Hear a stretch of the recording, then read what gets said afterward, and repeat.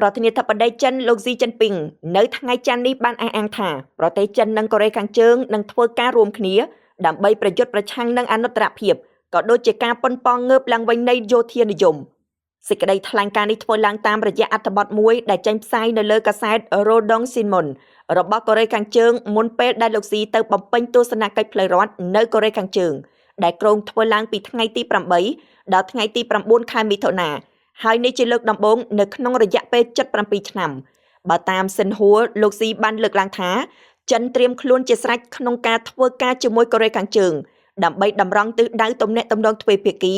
អំពីទស្សនវិស័យយុទ្ធសាស្ត្រនិងជំរុញឲ្យទំនាក់ទំនងនេះដើរឲ្យទាន់សភាពការសម័យកាលបន្ថែមលើនេះលោកប្រធានាធិបតីស៊ីបានអំពាវនាវឲ្យមានការផ្សារភ្ជាប់យុទ្ធសាស្ត្រអភិវឌ្ឍការទាញយកសក្តានុពលក្នុងវិស័យផ្សេងៗដើម្បីចែករំលែកឱកាសនិងជំរុញការអភិវឌ្ឍរួមគ្នាជំវិញបញ្ហាសណ្ដាប់ធ្នាប់អន្តរជាតិលោកស៊ីបានជំរុញឲ្យប្រទេសទាំងពីរគួរតែពង្រឹងការសម្របសម្រួលពហុភាគីដើម្បីប្រឆាំងនឹងអនុត្តរភាពនិងនយោបាយដោយប្រើកម្លាំងជាពិសេសរួមគ្នាជំរុញពិភពលោកពហុពលដែលមានសមភាពលោកស៊ីបានសង្កត់ធ្ងន់ទៀតថា